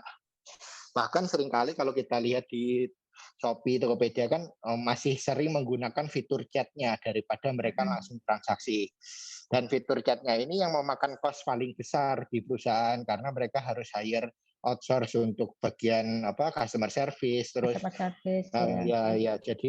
jadi yang harusnya misalkan orang-orang itu langsung bisa beli itu menggunakan fitur langsung bayar, tapi orang nggak menggunakan itu gitu. Tapi mereka chattingan dulu sama CS-nya. Terus yang menarik, ada salah satu startup juga, ini binaan dari Telkom itu yang bikin outsourcing untuk CS Marketplace gitu. Jadi mereka punya sekitar 20 kantor, satu kantor itu isinya 40 CS. Jadi tinggal dikalikan aja 20 kali 40. Di situ mereka CS itu di-hire secara outsourcing oleh perusahaan-perusahaan UKM atau UMKM yang punya toko online di Shopee ataupun Tokopedia. Jadi kalau bicara soal produknya bagusnya seperti apa sih di Indonesia, nah itu kembali lagi sih ke tujuan perusahaannya masing-masing gitu. Jadi nggak bisa dikatakan 100% produk A ini jauh lebih bagus daripada produk B gitu. Terus sama ini Bu, di Instagram, saya kan lebih ini sering bermainnya Instagram. Di Instagram itu lebih personalize juga. Bahkan saya menemukan Instagram saya sama teman-teman saya itu kadang beda fiturnya. Kadang di halaman depan itu, di laman profilnya itu, kadang strukturnya beda. Ada yang reelsnya muncul, ada yang nggak muncul. Terus kemudian di bagian stiker itu ada yang linknya muncul, ada yang punya saya itu fotonya nggak muncul yang di bagian stiker. Jadi kita nggak bisa insert foto dari luar story gitu. Jadi Instagram itu kayaknya mempelajari pola kita, kemudian dari pola itu mereka menambahkan fitur secara bertahap. Nah, fitur yang dipakai itu yang setelah itu akan dipublis sama mereka. Kayak contohnya stiker untuk link itu awalnya nggak ada, terus banyak orang yang suka, akhirnya Instagram merilis secara official gitu ke semua usernya. Jadi menurut saya untuk UX terbaik itu yang sekarang itu masih dari Facebook, ini timnya Facebook sih, karena timnya Facebook itu benar-benar nge-tracking semua ini perilaku kita. Cuman kembali lagi ke sisi negatifnya, kita jadi kayak nggak punya privasi gitu, karena kan semua di-tracking sama timnya Facebook gitu. Baik itu nanti WhatsApp juga kan dibeli sama Facebook, jadi bisa aja nanti fitur-fitur yang muncul itu ada di beberapa punya teman kita muncul, di tempat kita nggak muncul gitu. Itu sih Bu. Ya, betul ya. Jadi di dalam user experience ini kan berbagai istilahnya setiap perusahaan itu punya berbagai strategi untuk bisa mengembangkan produk-produknya ya. Kalau dulu mungkin personalized, sekarang kan lebih ke intimate ya, ke intimate. Jadi benar-benar kita itu merasa dekat dengan produk yang kita gunakan. Jadi kalau mereka itu tadi ya semacam katakanlah Facebook itu ya Meta itu dia mengeluarkan dana yang cukup besar untuk bisa melakukan itu gitu. Bahwa ketika kita menggunakan sebuah aplikasi untuk saat ini ya memang privasi kita sebenarnya sudah hilang ya. Jadi kalau dikatakan sekarang kita butuh privasi agak sulit ya dengan adanya sekarang aturan bahwa sepanjang tidak disalahgunakan, data-data itu tidak disalahgunakan gitu ya. Itu sah-sah saja perusahaan melakukan tracking dan sebagainya. Karena memang kita nggak punya privasi lagi sekarang ya. Kita bisa di tracking dalam 2 minggu ini kita kemana saja sih, kita makan apa saja sih, kita belanja apa sih yang kita lakukan, sampai pada apa yang kita baca, apa yang kita lihat dan sebagainya itu ter-tracking. Musik apa yang sering kita dengarkan dan sebagainya. Nah itu sebetulnya tidak hanya sekedar personalisasi ya, tetapi lebih ke intimate tadi, sehingga nanti dia akan mengarahkan kita pada istilahnya pada objek-objek yang memang kita sukai ya gitu. Di dalam user experience itu menjadi bagian penting gitu ya. Terkait dengan tadi pola-pola katakanlah pola-pola bahwa budaya membaca ya memang diakui budaya membaca di kita itu jauh ya dibandingkan budaya membaca orang-orang luar, sehingga ketika mengembangkan sebuah aplikasi katakanlah e-commerce itu tadi tentu saja disesuaikan dengan budaya dan behavior di mana aplikasi itu akan digunakan. Jadi kalau di kita itu aplikasi-aplikasi itu dikatakan deskripsi kurang lengkap, itu yang komplain hanya orang-orang tertentu gitu ya. Tetapi kalau di e-commerce di luar sana, deskripsi itu menjadi bagian yang sangat penting gitu ya, karena dia akan membaca, dia akan mengetahui secara detail itu dari deskripsi. Kecuali ada hal-hal yang memang sifatnya itu tidak dianggap tidak dimunculkan, baru dia akan bertanya. Kalau di kita kan enggak, sudah ada tulisannya, sudah ada ininya, masih bertanya. Itu ya terjadi contoh saja lah ya, di kita itu webnya admisi itu sebetulnya detailnya sudah banyak, walaupun kadang ada yang maksudnya hanya miss di tanggal, tapi informasi tentang itu sebenarnya sudah cukup detail ya. Tapi kan masih banyak juga yang bertanya, kalau ini gimana, kalau ini gimana? Karena apa? Males buka itu ya, males buka webnya gitu. Atau memang tidak tahu bahwa informasi itu sudah disediakan di web misalnya. Atau malas itu tadi, dia lebih senang orang menceritakan nih loh ada jalurnya, ada ini, sementara di webnya itu sudah lengkap jalurnya itu udah ini, tinggal mendalami dia mau masuk jalur yang mana. Nah, budaya atau perilaku atau behavior seperti itu tidak bisa kita hindarkan ya, dalam arti itu tadi, makanya kita harus punya supporting system itu tadi ya, walaupun kita sudah punya punya web yang bagus sekalipun, punya web yang lengkap sekalipun, maka di kita itu tetap harus menyediakan call center gitu, supaya kalau orang yang nanya-nanya itu yang lebih suka nanya gitu ya daripada baca itu tetap terakomodir ya. Kalau nggak gitu nanti repot, kita nggak bisa maksa orang kita baca sendiri tuh di web gitu, nggak bisa, karena kita harus memahami budaya di lingkungan kita. Kecuali nanti mereka kalau misalnya nih kita jawab, oh silahkan dibaca saja di web gitu, nanti yang keluar adalah oh nggak ramah ini orang. Masa customer service-nya nggak ramah, ditanya kok malah nyuruh baca web gitu. Nah, itu terjadi di kita gitu loh. Jadi kadang kita juga menangkap, waduh ternyata kita nggak ramah ya anunya. Padahal kalau kita teliti itu sebetulnya bukan masalah nggak ramah. Jadi kan karena memang sesuatu yang sudah bisa dibaca di informasinya sudah ada di katakanlah di web gitu, ya harusnya dibaca, jangan tanya-tanya melulu gitu. Jadi ya, tapi itulah yang memang harus kita pertimbangkan di dalam kita mengembangkan sebuah produk ya. Budaya, perilaku, kondisi sosial, latar belakang pendidikan dan sebagainya itu tetap menjadi bagian yang perlu dipertimbangkan gitu. Kalaupun ada yaitu tadi ya supporting system terhadap produk yang kita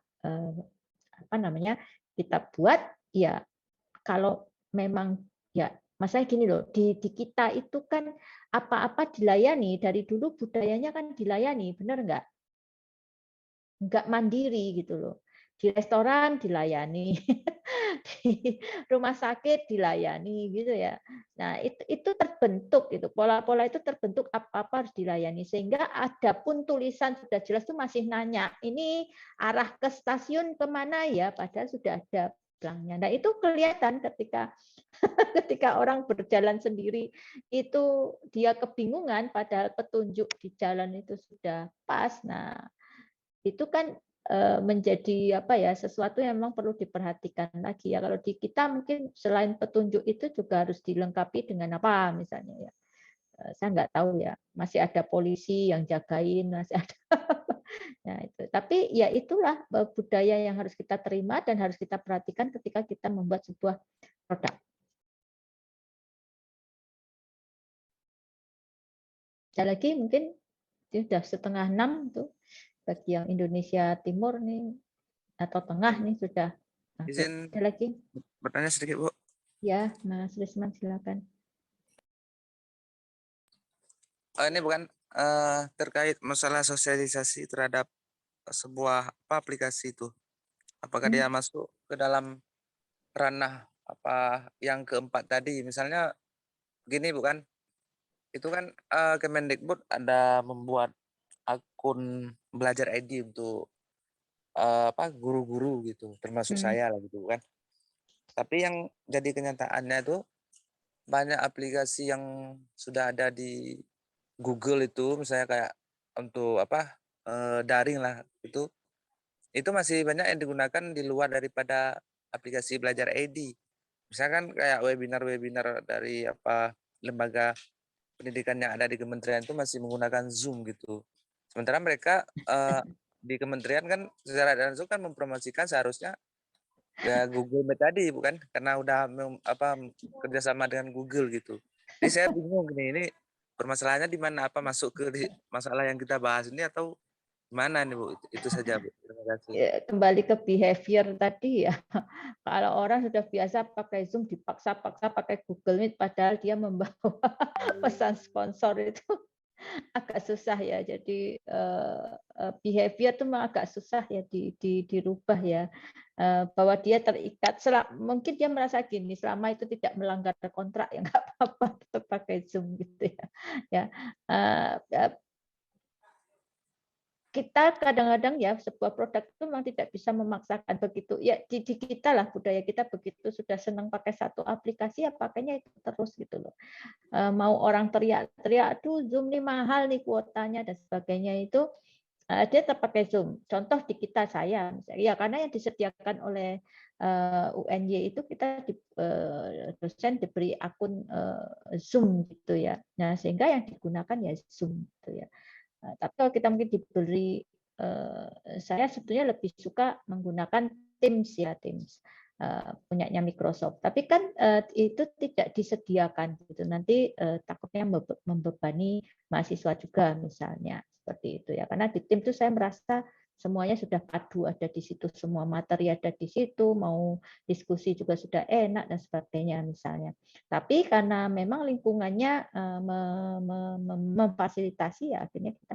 Jadi orang menggunakan aplikasi itu macam-macam ya. Ada yang karena terpaksa, ada yang karena sudah terbiasa, ada yang karena istilahnya ya adanya itu dan sebagainya. Jadi mungkin hal-hal itu yang mempengaruhi tadi ya. Kalau misalnya kenapa lebih suka WhatsApp daripada Telegram gitu, ya faktornya banyak. Nah, disitulah kita belajar memahami user.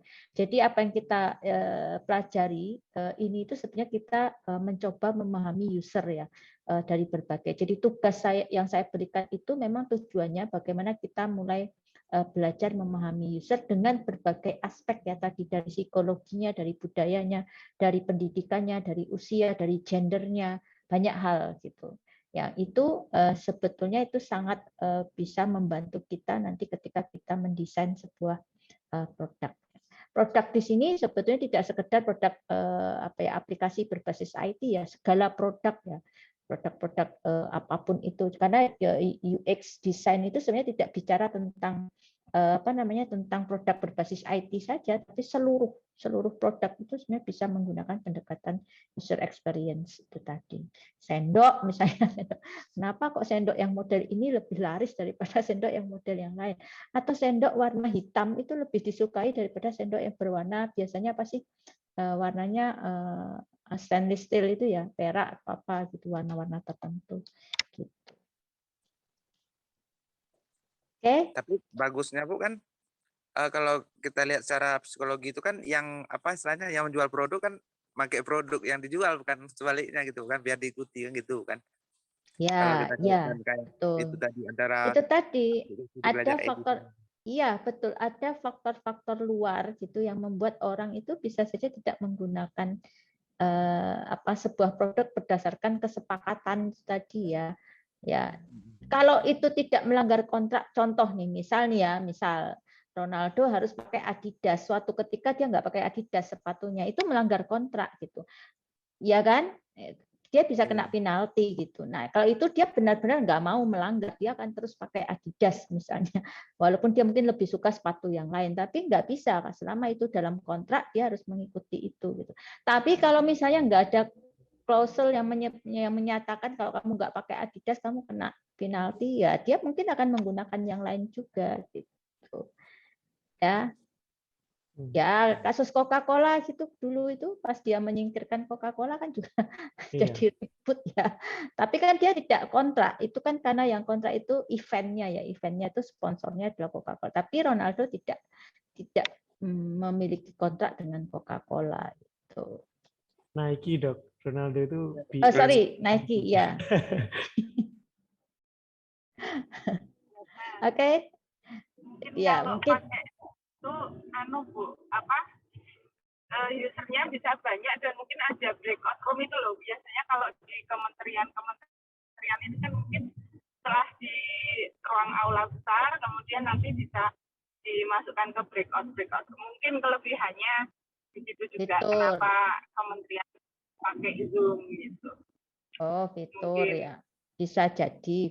Jadi ada kepentingan, ada fitur-fitur tertentu yang itu diperlukan ketika ya itu tadi faktornya banyak gitu ya. Bisa karena memang tidak ada secara hukum tidak menyalahi, secara aturan maksud saya secara kontrak tidak menyalahi.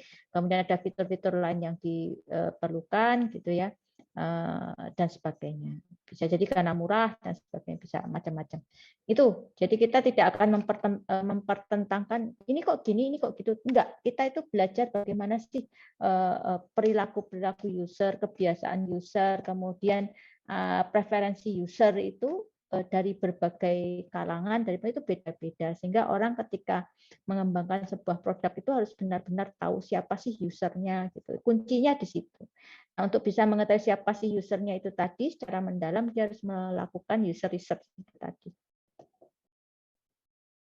Ya, mungkin itu dulu yang saya ingatkan. Nanti adalah tugas ini yang berikutnya itu nggak apa-apa dilakukan, boleh produknya sama, boleh produk yang berbeda gitu ya. Tetapi ini lebih pada penggunaan salah satu metode lain ya, heuristik itu tadi ya. Nah, sehingga nanti Anda bisa membedakan sedikit gitu ya.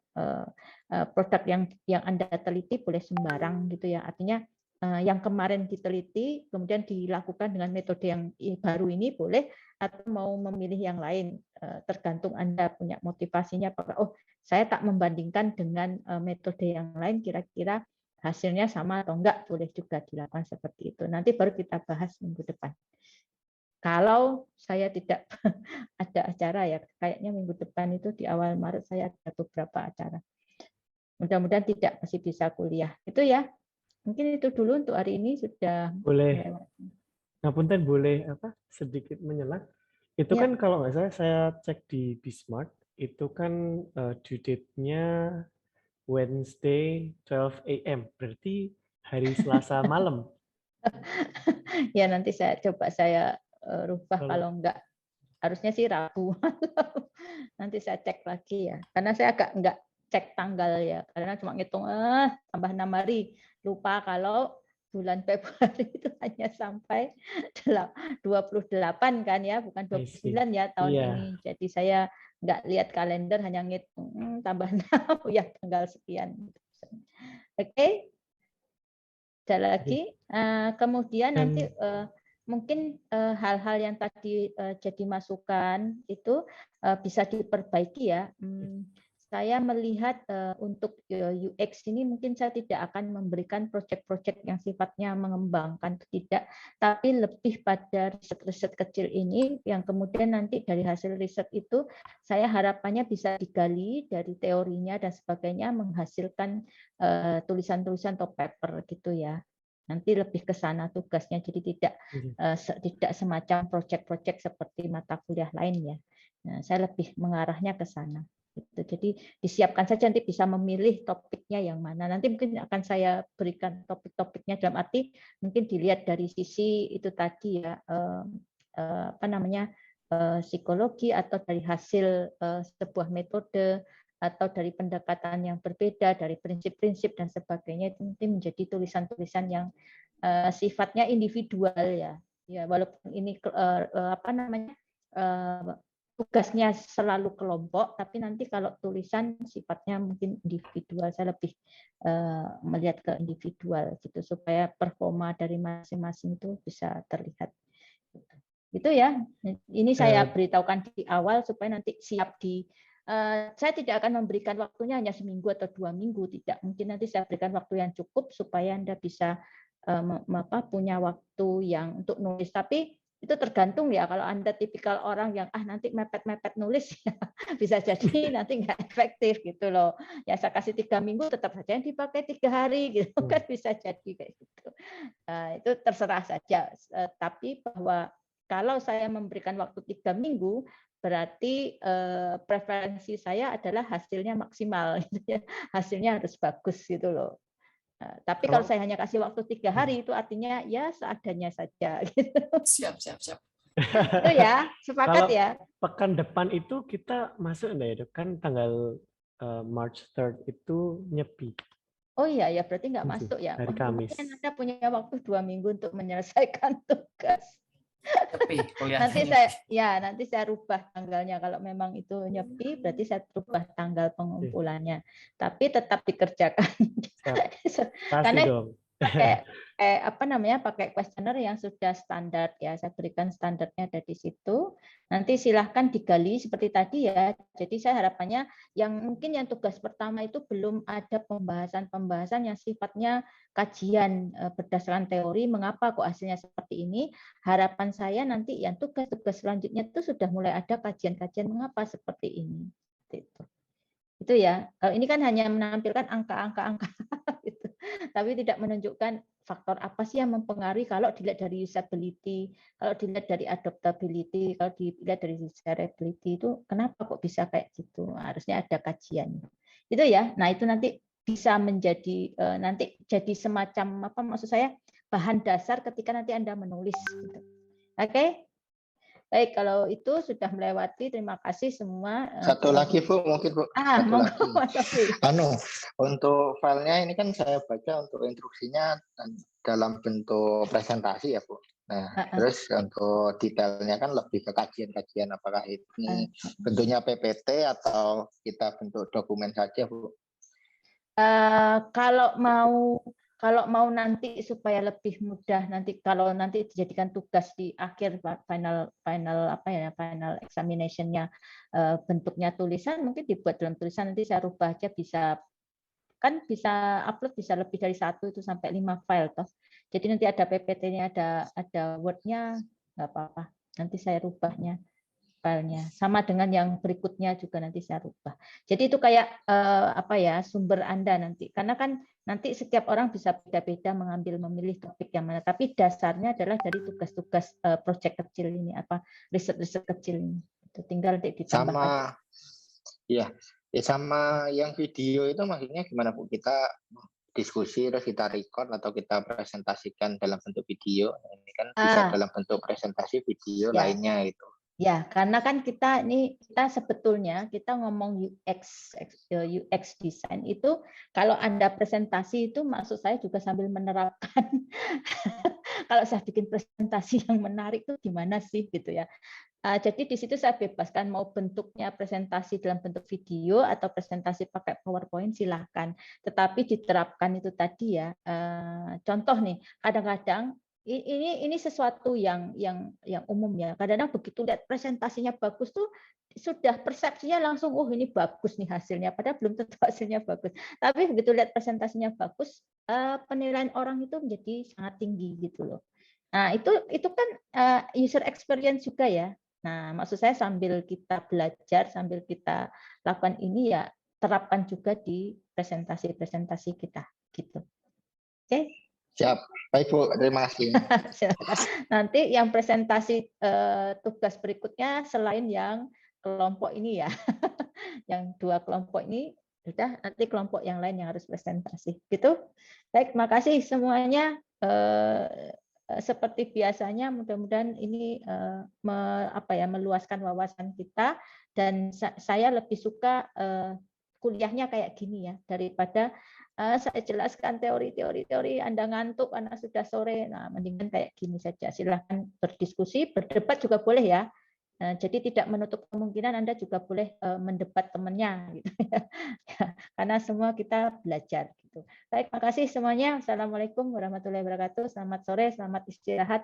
Waalaikumsalam. Waalaikumsalam warahmatullahi wabarakatuh. Terima kasih.